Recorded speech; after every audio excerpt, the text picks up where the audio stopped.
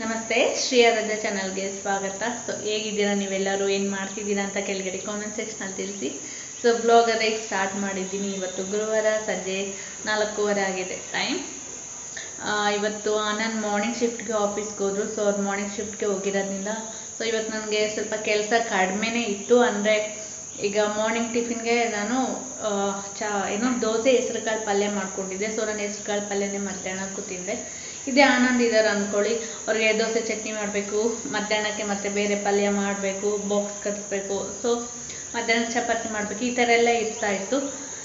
So ಇವತ್ತು ನನಗೆ ಅಡುಗೆ ಕೆಲಸ ತುಂಬಾ ಕಡಿಮೆ ಇತ್ತು. ಸೊ ಅಡುಗೆ ಕೆಲಸ ಇಲ್ಲಾಂದ್ರೆ ಅಬ್ವಿಯಸ್ಲಿ ಪಾತ್ರೆ ಕೆಲಸನೂ ಇರಲ್ವಲ್ಲ. ಸೊ ಫ್ರೀಯಾಗೇ ಇದ್ದೀನಿ ಇವತ್ತು ಮಾರ್ನಿಂಗ್ನಿಂದ. ಮಧ್ಯಾಹ್ನನೂ ಜಸ್ಟ್ ರೈಸ್ ಮಾಡ್ಕೊಂಡಿದ್ವಿ ಅಷ್ಟೇ, ಚಪಾತಿ ಏನು ಮಾಡಿಲ್ಲ ಇವತ್ತು. ಸೊ ಕೆಲಸ ವೈಸ್ ತುಂಬ ಫ್ರೀ ಇದ್ದೆ. ನಾರ್ಮಲಿ ಡೈಲಿ ಆರಾಧ್ಯನ ಸ್ಕೂಲಿಗೆ ಡ್ರಾಪ್ ಮಾಡಿ ಬಂದಾದ್ಮೇಲೆ ಕೂಡ ಆನಂದ್ ಹತ್ರ ಟೈಮ್ ಸ್ಪೆಂಡ್ ಮಾಡೋದು ಸಮಥಿಂಗ್ ಆ ಥರ ಬ್ಯುಸಿ ಶೆಡ್ಯೂಲ್ ಇದೆ. ಬಟ್ ಇವತ್ತು ನಾನು ಮಾರ್ನಿಂಗ್ ಆಲ್ಮೋಸ್ಟ್ 9:30ಇಂದನೇ ಫ್ರೀ ಆಗಿದ್ದೆ. ಏನೇನೋ ಕೆಲಸ ಮಾಡೋಣ, ಇವತ್ತು ನಂಗೆ ತುಂಬ ಟೈಮ್ ಇರುತ್ತೆ. ಮಾರ್ನಿಂಗ್ 9:30ಇಂದ ಆಲ್ಮೋಸ್ಟ್ ಈವ್ನಿಂಗ್ 6 o'clockವರೆಗೂ ಇವತ್ತು ಫ್ರೀ ಇರ್ತೀನಿ. ಅದು ಇದು ತುಂಬ ಕೆಲಸ ಮಾಡೋಣ ಅಂತ ಪ್ಲ್ಯಾನ್ ಮಾಡ್ಕೊಂಡಿದ್ದೆ. ಬಟ್ ನಾನು ಎಲ್ಲಿಗೂ ಒಂದು ಕೆಲಸ ಮಾಡೇ ಇಲ್ಲ. ನನಗೆ ನಂಬಕ್ಕಾಗ್ತಾಯಿಲ್ಲ, ಇವತ್ತು ಇಷ್ಟು ಟೈಮ್ ನಾನು ವೇಸ್ಟ್ ಮಾಡ್ಕೊಂಡ, ಎಷ್ಟು ಚೆನ್ನಾಗಿ ಒಳ್ಳೆ ಟೈಮ್ ಇತ್ತು, ಎಲ್ಲ ಕೆಲಸ ಮುಗಿಸ್ಬೇಕಾಗಿತ್ತು ಅಂತ. ಇವನ್ ನಾನು ಆ ಥರ ಪರ್ಸನೂ ಅಲ್ಲ, ಕೆಲಸನ ಪೆಂಡಿಂಗ್ ಇಟ್ಕೊಳೋಂಥ ಪರ್ಸನು ನಾನಲ್ಲ. ನನಗೆ ಅವಾಗಿಂದವಾಗ ಆಗಿಬಿಡ್ಬೇಕು. ನನಗೆ ಅವಾಗ ಏನಾದ್ರು ನಾನು ಕ್ಲೀನ್ ಮಾಡಬೇಕು, ಅವಾಗಿಂದವಾಗ ಕೆಲಸ ಆಗಿಬಿಡ್ಬೇಕು. ಬಟ್ ನಂದು ಇವತ್ತು ಒಂದೂ ಆಗಿಲ್ಲ. ಇನ್ನೊಂದು ಗೊತ್ತಾ, ನನಗೇನಾದ್ರು ಹಂಗೆ ತಲೆಯಲ್ಲಿ ಇಟ್ಕೊಂಡು ಆ ಕೆಲಸ ಮಾಡಬೇಕು, ಈ ಕೆಲಸ ಮಾಡಬೇಕು ಅಂತ ತಲೆಯಲ್ಲಿ ಇಟ್ಕೊಂಡ್ರೆ ಆ ಟೆನ್ಷನ್ಗೆ ನನಗೆ ಕೆಳಗಡೆ ಕಾಲು ನೋವು ಕೂಡ ಬಂದುಬಿಡುತ್ತೆ. ಅದೇನೋ ಗೊತ್ತಿಲ್ಲ, ಎಲ್ಲರಿಗೂ ಆ ಥರ ಬರುತ್ತಾ ಏನು ಅಂತ. ನನಗದ ಆ ಥರ ಬರುತ್ತೆ.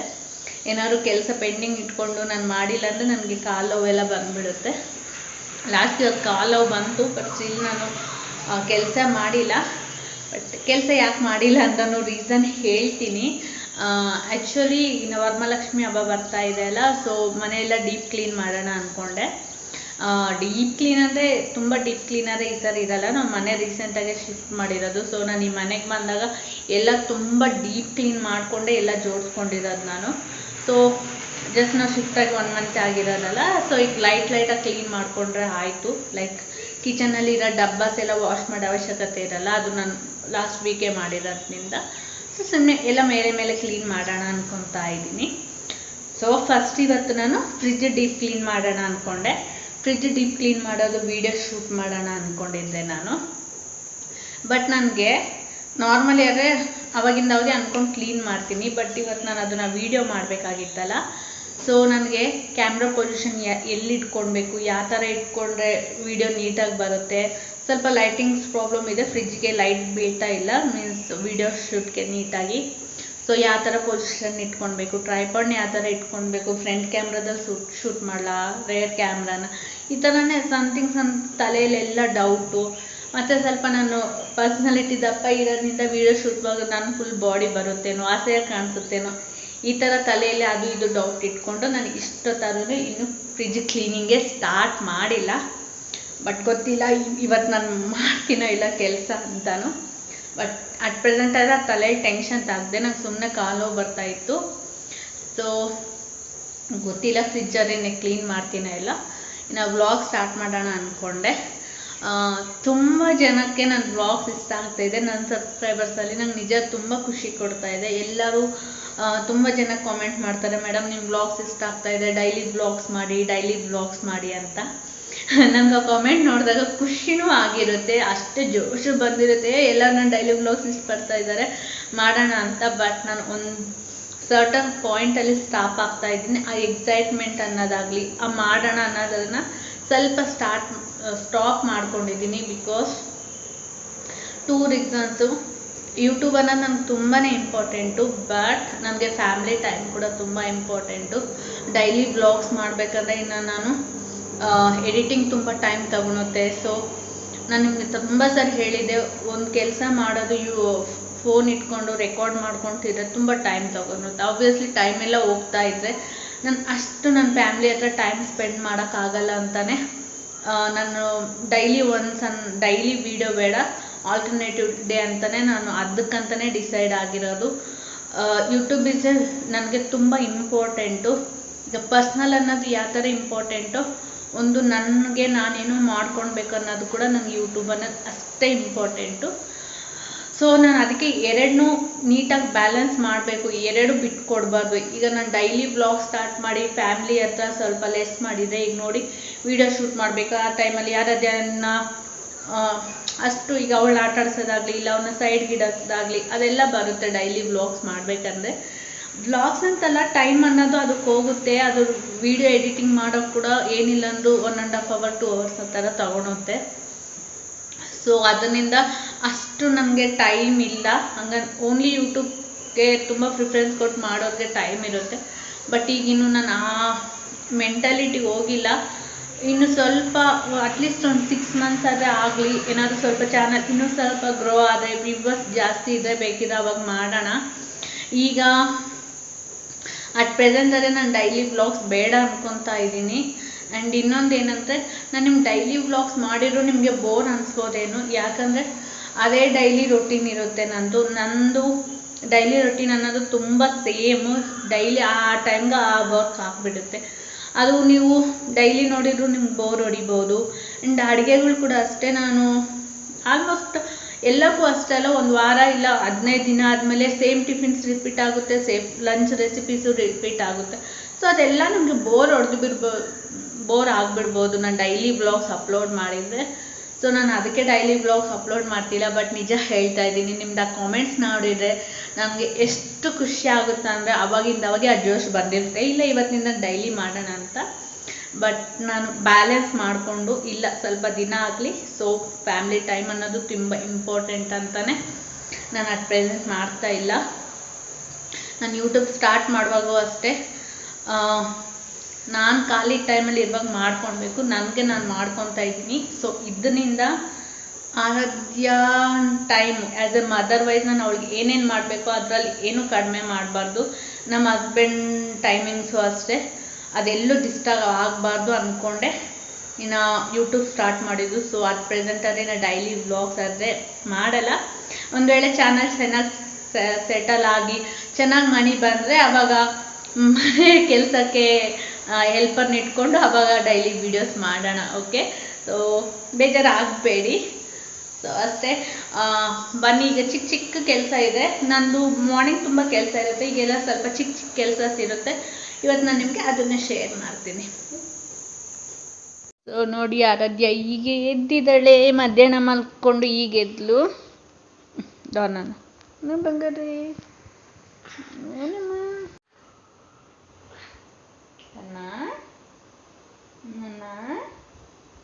ಬಂಗಾರದಲ್ಲಿ ಲೇಮಮ್ಮ ಬಂಗಾರ ಕದಮ್ಮ ಬಂಗಾರಮ್ಮ ಗಲಾರಾಧ್ಯ ಇನ್ನೂ ಎದ್ದೊಳ್ತಾನೆ ಇಲ್ಲ. ಇವತ್ತು ಆಲ್ಮೋಸ್ಟ್ ಟೈಮ್ 5 ಗಂಟೆ ಆಗ್ತಾಯಿದೆ. ಡೈಲಿ ರಿವರ್ಸ್ ಇರ್ತಾಯಿತ್ತು, ಅವಳು ಎದ್ದೊಳ್ತೀನಿ ಅಂತ ಇದ್ಲು. ನಾನು ಬೇಡ, ಇನ್ನೂ ಸ್ವಲ್ಪ ಹೊತ್ತು ಮಲಗು ಅಂತ ಇದ್ದೆ. ಬಟ್ ಇವತ್ತು ರಿವರ್ಸ್ ಆಗಿದೆ. ಆ್ಯಕ್ಚುಲಿ ಅವಳಿಗೆ ಮೊನ್ನೆ ನೈಟ್ನಿಂದ ಸ್ವಲ್ಪ ಬಿಟ್ಟು ಫೀವರ್ ಬರ್ತಾ ಇತ್ತು.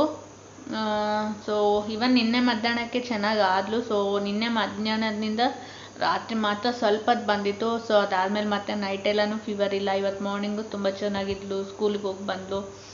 ಡೈಲಿ ಈ ಥರ ಫುಡ್ಡೆಲ್ಲ ಚೆನ್ನಾಗಿ ತೊಗೊಂಡ್ಳು, ತುಂಬ ಆ್ಯಕ್ಟಿವ್ ಆಗೂ ಇದ್ಲು. ಬಟ್ ಈಗ ಏನು ಫೀವರ್ ಏನೂ ಇಲ್ಲ. ಬಟ್ ನಿನ್ನೆ ನಾವು ಅವಳಿಗೆ ಹುಷಾರಿಲ್ಲ ಅಂತ ಸ್ವಲ್ಪ ನಾನು ಅವರಪ್ಪ ಜಾಸ್ತಿನೇ ಪ್ಯಾಂಪರ್ ಮಾಡಿದ್ದೀವಿ. ಸೊ ಈಗ ಸ್ವಲ್ಪ ಆ ಥರ ಎಕ್ಸ್ಪೆಕ್ಟ್ ಮಾಡ್ತಾ ಇದ್ದಾಳೆ. ಅವಳು ಆ ಥರ ಫೀಲ್ ಆಗ್ತಾ ಇದ್ದಾಳೆ, ಇನ್ನು ನನಗೆ ಹುಷಾರಿಲ್ಲೇನೋ ಅನ್ನೋ ಥರ ಅವಳು ಫೀಲ್ ಆಗ್ತಾ ಇದ್ದಾಳೆ. ಬಟ್ ಎದ್ದೊಳಿದ ತಕ್ಷಣ ಒಂದು ಆಟ ಆಡಿದ ತಕ್ಷಣ ಅವಳು ನಾರ್ಮಲ್ ಆಗಿಬಿಡ್ತಾಳೆ. ಸ್ವಲ್ಪ ಪಾತ್ರೆ ಇದೆ, ಈಗ ಪಾತ್ರೆ ಎಲ್ಲ ತೊಳಿಬೇಕು. ಸೊ ಮತ್ತು ದೊಂಟಿನ ಸೊಪ್ಪಿದೆಲ್ಲ ಅದನ್ನೆಲ್ಲ ವಾಶ್ ಮಾಡಿ ಇಟ್ಟಿದ್ದೀನಿ. ರಾತ್ರಿಗೆ ಚಪಾತಿ ದಂಟಿನ ಸೊಪ್ಪು ಪಲ್ಯ ಮಾಡೋಣ ಅಂತ. ಈ ಪಲ್ಯದ ಹೆಸರು ನಾನು ಕರೆಕ್ಟಾಗೆ ಹೇಳಿದ್ದೀನಲ್ಲ, ಇದು ದಂಟಿನ ಸೊಪ್ಪೆ ಅಲ್ಲ, ನಾವು ತೆಲುಗುದಲ್ಲಾದರೆ ತೋಟಕೂರ ಅಂತೀವಿ ಇದನ್ನು. ಸೊ ಈ ಥರ ವಾಶ್ ಮಾಡಿ ನೀರೆಲ್ಲ ಕೆಳಗಡೆ ಹೋಗೋ ಥರ ಈ ಥರ ಇಟ್ಕೊಂಡಿದ್ದೀನಿ. ಇನ್ನು ಈ ಪಲ್ಯ ಕೂಡ ಇದೆ, ಹೆಸರು ಕಾಳು ಪಲ್ಯ. ಇಲ್ಲಿ ನಾನು ಪಾತ್ರೆ ತೊಳೆಯೋದೆಲ್ಲನೂ ಸ್ಪೀಡ್ ಸೆಟ್ಟಿಂಗಲ್ಲಿ ಇಟ್ಟಿದ್ದೀನಿ. ಸೊ ಅದರಿಂದ ನಿಮಗೆ ಸ್ವಲ್ಪ ಫಾಸ್ಟಾಗಿ ನಾನು ಪಾತ್ರೆ ತೊಳಿತಾ ಇದ್ದೀನಿ ಅಂತ ಅನ್ನಿಸ್ಬೋದು.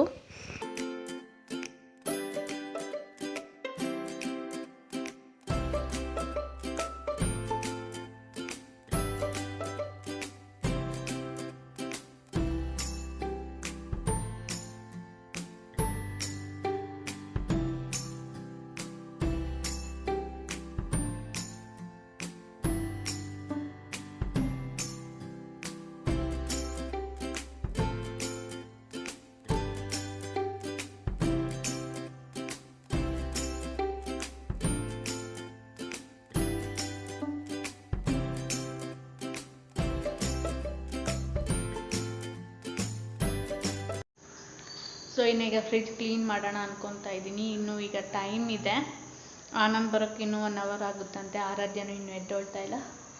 ಸೊ ಬೇಗ ಬೇಗ ಕ್ಲೀನ್ ಮಾಡ್ಕೊಂಡು ಬಿಡೋಣ. ನಾನು ಫ್ರಿಜ್ ಕ್ಲೀನ್ ಮಾಡೋ ವಿಡಿಯೋ ನೆಕ್ಸ್ಟ್ ವೀಡಿಯೋದಲ್ಲಿ ಅಪ್ಲೋಡ್ ಮಾಡ್ತೀನಿ. ಇವತ್ತಾದ್ರೆ ಬ್ಲಾಗಲ್ಲಿ ತೋರಿಸಲ್ಲ. ಸೊ ಇಲ್ಲಿ ಆರಾಧ್ಯ ಫ್ರಿಜ್ ಒರೆಸ್ತಾ ಇದ್ದಾಳೆ. ನಾನು ಒರೆಸೋ ಟೈಮಲ್ಲಿ ನೋಡಿ ನಾನು ಒರೆಸ್ತೀನಿ ಅಂತ ಇದ್ಲು. ಸೊ ಅದಕ್ಕೆ ಅವಳಿಗೆ ಸ್ವಲ್ಪ ಕೊಟ್ಟೆ, ಬಟ್ ಅವಳು ಕ್ಲೀನ್ ಮಾಡಾದ್ಮೇಲೆ ಮತ್ತೆ ನಾನೇ ಕ್ಲೀನ್ ಮಾಡಿಕೊಂಡೆ ಆ ಪ್ಲೇಸು. ಅವಳು ನಾನು ಇನ್ನೂ ಫ್ರಿಜ್ ಅರ್ಧ ಕ್ಲೀನ್ ಮಾಡೋ ಟೈಮಲ್ಲಿ ಎದ್ದೊಳಿದ್ಲು. ಸೊ ಅವಳು ಡಿಸ್ಟರ್ಬ್ ಮಾಡಬಾರ್ದು ನನಗೆ ಅಂತ ಅವಳಿಗೆ ಕಿಚನ್ ಸೆಟ್ ಕೊಟ್ಟು ಆಟ ಆಡೋಕ್ಕೆ ನಾರ್ಮಲ್ ಕಿಚನ್ ಸೆಟ್ ಕೊಟ್ಟು ಅವಳು ಒಂದು 5 ನಿಮಿಷನೇ ಆಟ ಆಡ್ತಾಳೆ. ಅವಳೇ ಒಬ್ಬಳೇ. ಆದರೆ ಸ್ವಲ್ಪ ನೀರೆಲ್ಲ ಕೊಟ್ಟರೆ ಒಂದು 20 ಮಿನಿಟ್ಸ್ ಆಟ ಆಡ್ತಾಳೆ. ಸೊ ಅದರಿಂದ ನೀರು ಕೊಟ್ಟಿದ್ದೆ. ಏನೋ ಅಡುಗೆ ಮಾಡ್ತಾ ಇದ್ದಾಳೆ ಅವಳು. ಆನಂದ್ ಆಫೀಸಿಂದ ಬರುವಾಗ ಸ್ನ್ಯಾಕ್ಸ್ಗೆ ಅಂತ ಪಫ್ಸ್ ತೊಗೊಂಬಂದಿದ್ದಾರೆ. ನಮಗೆ 3 ಮತ್ತು ಆರಾಧ್ಯ ಫ್ರೆಂಡು ಯಾವಾಗಲೂ ನಮ್ಮ ಮನೇಲೇ ಇರ್ತಾಳೆ ಅಂತ 4 ಜನಕ್ಕೆ ಸೇರಿ 4 ತೊಗೊಂಬಂದಿದ್ದಾರೆ. ಸ್ವಲ್ಪ ಆನಂದ್ಗೆ ನಮಗೋಸ್ಕರ ಫುಡ್ ತೊಗೊಂಡು ಬರೋದಂದರೆ ತುಂಬ ಇಷ್ಟ. ಅವ್ರಿಗೆ ಅದೊಂದು ಹ್ಯಾಪಿನೆಸ್ಸು. ಅವ್ರ ಲವ್ ಈ ಥರನೇ ಅವ್ರು ತೋರಿಸೋದು. ನಮ್ಗೆ ಏನೇನು ಇಷ್ಟ ನನಗೆ ಆರಾಧ್ಯಗೆ ಅದೊಂದು ತಂದುಕೊಡ್ತಾನೆ ಇರ್ತಾರೆ. ಸ್ವಲ್ಪ ನಮ್ಮ ಮನೇಲಿ ನಾನು ಆರಾಧ್ಯ ಹೊರಗಡೆ ಫುಡ್ ಜಾಸ್ತಿನೇ ತಿಂತೀವಿ. ಬಟ್ ಆನಂದ್ ಸ್ವಲ್ಪ ಕಂಟ್ರೋಲ್ ಪರ್ಸನು. ಅವರು ಎವ್ರಿಥಿಂಗ್ ಲಿಮಿಟಲ್ಲಿ ಇರ್ತಾರೆ. ಸೊ ಇನ್ನು ಈಗ ರಾತ್ರಿಗೆ ಅಡುಗೆ ಸ್ಟಾರ್ಟ್ ಮಾಡಿದ್ದೀನಿ. ನಾನು ರಾಜಗಿರಿ ಪಲ್ಯ ಮಾಡ್ತಾಯಿದ್ದೀನಿ. ರಾಜಗಿರಿ ಸೊಪ್ಪು, ಇಲ್ಲಾಂದರೆ ನಾವು ದಂಟಿನ ಸೊಪ್ಪು ಅಂತೀವಲ್ಲ, ಸೊ ನಾನೀಗ ಆ ಸೊಪ್ಪಿನ ಪಲ್ಯ ಮಾಡ್ತಾಯಿದ್ದೀನಿ. ತುಂಬ ಈಸಿ ಇದು ನಾನು ಮಾಡೋ ಪಲ್ಯ, ಬಟ್ ತುಂಬ ಟೇಸ್ಟ್, ತುಂಬ ಅಂದರೆ ತುಂಬ ಚೆನ್ನಾಗಿರುತ್ತೆ. ಸೊ ನೀವು ಟ್ರೈ ಮಾಡಿ. ಬಟ್ ಏನಂದರೆ ಈ ಪಲ್ಯ ಮಾಡೋಕ್ಕೆ ನೀವು ಸೊಪ್ಪನ್ನ ಚೆನ್ನಾಗಿ ತೊಳ್ಕೊಂಡು ಅದರಲ್ಲಿರೋ ನೀರೆಲ್ಲ ಡ್ರೈ ಆಗೋವರೆಗೂ ನೀವು ಅದನ್ನು ಒಣಗಿಸ್ಕೋಬೇಕು. ಇಲ್ಲಾಂದರೆ ಪಲ್ಯ ಎಲ್ಲ ನೀರು ಥರ ಆಗುತ್ತೆ, ಒಂಥರ ಫ್ರೈ ಥರ ಬರಲ್ಲ. ಸೊ ನೀವು ರಾತ್ರಿಗೆ ಮಾಡ್ತಾಯಿದ್ದೀರಿ ಅಂದರೆ ಈವ್ನಿಂಗೆಲ್ಲ ತೊಳೆದು ಡ್ರೈ ಮಾಡೋಕ್ಕೆ ಬಿಡಿ. ಸೊ ಫಸ್ಟು ಕಡಾಯಿ ಇಟ್ಕೊಂಡು ಎಣ್ಣೆ ಹಾಕ್ಕೊಳ್ಳಿ. ಎಣ್ಣೆ ಹೀಟ್ ಆದಮೇಲೆ ಸಾಸಿವೆ ಜೀರಿಗೆ ಹಾಕ್ಕೊಳ್ಳಿ. ಸಾಸಿವೆ ಜೀರಿಗೆ ಚಟ್ಪಟ್ ಅಂದಾದಮೇಲೆ 2 ಈರುಳ್ಳಿ ಹಾಕ್ಕೊಳ್ಳಿ ಮತ್ತು ಕರಿಬೇವು ಹಾಕ್ಕೊಳ್ಳಿ. ನನ್ನ ಹತ್ರ ಈಗ ಕರಿಬೇವಿಲ್ಲ, ಖಾಲಿ ಆಗಿದೆ. ಸೊ ಅದಕ್ಕೆ ಹಾಕಿಲ್ಲ, ನೀವು ಕರಿಬೇವು ಹಾಕ್ಕೊಳ್ಳಿ. ಅದಾದಮೇಲೆ ಉಪ್ಪು, ಅರಿಶಿನದ ಪುಡಿ, ಖಾರದ ಪುಡಿ ಹಾಕ್ಕೊಳ್ಳಿ. 1-2 ನಿಮಿಷ ಫ್ರೈ ಮಾಡಿ. ಇನ್ನು ಅದು ಫ್ರೈ ಆದಮೇಲೆ ಸೊಪ್ಪು ಹಾಕ್ಕೊಂಡು ಸೊಪ್ಪನ್ನ ಕೂಡ ಫ್ರೈ ಮಾಡಿ. ಸೊಪ್ಪು ಕುಕ್ ಆಗೋಕ್ಕೆ ಒಂದು 15-20 ಮಿನಿಟ್ಸ್ ತಗೊಳುತ್ತೆ. ನೀವು ಸಿಮ್ ಫ್ಲೇಮ್ ಇಟ್ಕೊಂಡು ಕುಕ್ ಮಾಡ್ಕೊಳ್ಳಿ. ಆ್ಯಂಡ್ ನೀವು ಖಾರದ ಪುಡಿ ಈಗಲಾದ್ರೂ ಹಾಕ್ಬೋದು, ಇಲ್ಲ ಸೊಪ್ಪೆಲ್ಲ ಕುಕ್ ಆದಮೇಲೆನೂ ಖಾರದ ಪುಡಿ ಹಾಕ್ಕೊಂಡು ಮತ್ತೆ ಒಂದು 5 ನಿಮಿಷನೂ ಫ್ರೈ ಮಾಡ್ಬೋದು. ಬಟ್ ನನಗೆ ಈ ಟೇಸ್ಟ್ ಇಷ್ಟ. ಆ್ಯಕ್ಚುಲಿ 2 ಒಂದೇ ಥರ ಟೇಸ್ಟ್ ಇರುತ್ತೆ, ಬಟ್ ಇದೊಂದು 10% ಟೇಸ್ಟ್ ಚೆನ್ನಾಗಿರುತ್ತೆ. ಸೊ ನಾನು ಅದರಿಂದ ಸ್ಟಾರ್ಟಿಂಗಲ್ಲಿ ಹಾಕ್ಕೊಂಡಿರ್ತೀನಿ. ಬಟ್ ಸ್ಟಾರ್ಟಿಂಗ್ ಹಾಕಿದರೆ ನಾವು ತುಂಬ ಸರಿ ಮಿಕ್ಸ್ ಮಾಡ್ತಾನೆ ಇರಬೇಕು, ಇಲ್ಲಾಂದರೆ ಸುಟ್ಟೋಗ್ಬಿಡುತ್ತೆ ಖಾರದ ಪುಡಿ. ಸೊ ಇನ್ನು ಅಷ್ಟೇ, ತುಂಬ ಸಿಂಪಲ್. ಇದು ಕುಕ್ ಆಗೋವರೆಗೂ ನಾವು ಫ್ರೈ ಮಾಡಿದರೆ ಆಯಿತು. ಈ ರಾಜಗಿರಿ ಸೊಪ್ಪಿನ ಪಲ್ಯ ರೆಡಿ. ಇದು ಜೋಳದ ರೊಟ್ಟಿಗೆ ಚೆನ್ನಾಗಿರುತ್ತೆ, ಚಪಾತಿಗೂ ಚೆನ್ನಾಗಿರುತ್ತೆ. ನನಗಿದು ವೈಟ್ ರೈಸ್ ಜೊತೆನೂ ಇಷ್ಟ. ಸೊ ನೀವು ಟ್ರೈ ಮಾಡಿ, ಹೆಲ್ತ್ಗೂ ತುಂಬ ಒಳ್ಳೆಯದು ಇದು. ಸೊ ರಾತ್ರಿಗೆ ನಮ್ಮದಿದೆ ಡಿನ್ನರ್ ಇವತ್ತು. ಚಪಾತಿ, ರಾಜಗಿರಿ ಸೊಪ್ಪು ಮತ್ತು ಹೆಸರುಕಾಳು ಪಲ್ಯ. ನನಗೆ ಇವತ್ತು ಪಫ್ ತಿಂದಿರೋದ್ರಿಂದ ಅಷ್ಟು ಹೊಟ್ಟೆ ಹಸಿತಿಲ್ಲ. ಸೊ ನಾನು ಜಸ್ಟ್ ಅದಕ್ಕೆ ಒಂದು ಚಪಾತಿ ತೊಗೊಂಡಿದ್ದೀನಿ. ಈಗ ಟೈಮ್ 9:50 ಆಗಿದೆ. ಸೊ ಈಗ ತಾನೇ ಊಟ ಆಯಿತು. ಈಗ ಸ್ವಲ್ಪ ಹೊತ್ತು ಟಿ ವಿ ನೋಡಿ ನಾನು ಮಲಗೋದು. ನಾರ್ಮಲಿ ನಾನು 10-10:30ಗೆ ಮಲ್ಕೊಂಡ್ಬಿಡ್ತೀನಿ, ನನ್ನ ಡೈಲಿ ರೊಟೀನು. ಸೊ ಇನ್ನಷ್ಟೇ ಈ ಬ್ಲಾಗ್ನ ಇಲ್ಲಿ ಎಂಡ್ ಮಾಡ್ತಾಯಿದ್ದೀನಿ. ಸಿಗೋಣ ನೆಕ್ಸ್ಟ್ ವೀಡಿಯೋದಲ್ಲಿ. ಈ ವಿಡಿಯೋ ಇಷ್ಟ ಆದರೆ ನನ್ನ ಚಾನಲ್ಗೆ ಲೈಕ್ ಮಾಡಿ, ಕಮೆಂಟ್ ಮಾಡಿ, ಶೇರ್ ಮಾಡಿ ಆ್ಯಂಡ್ ಸಬ್ಸ್ಕ್ರೈಬ್ ಮಾಡಿ. ಕೆಳಗಡೆ ರೆಡ್ ಕಲರ್ ಬಟನು, ಅದ್ರ ಪಕ್ಕಕ್ಕೆ ಬೆಲ್ ಐಕನ್ ಇರುತ್ತೆ, ಅದನ್ನು ಕ್ಲಿಕ್ ಮಾಡಿ. ಸೊ ನಿಮಗೆ ನೋಟಿಫಿಕೇಷನ್ ಬರುತ್ತೆ ನಾನು ವೀಡಿಯೋಸ್ ಯಾವಾಗ ಅಪ್ಲೋಡ್ ಮಾಡಿದ್ರು. ಸೊ ಓಕೆನಾ, ಬಾಯ್.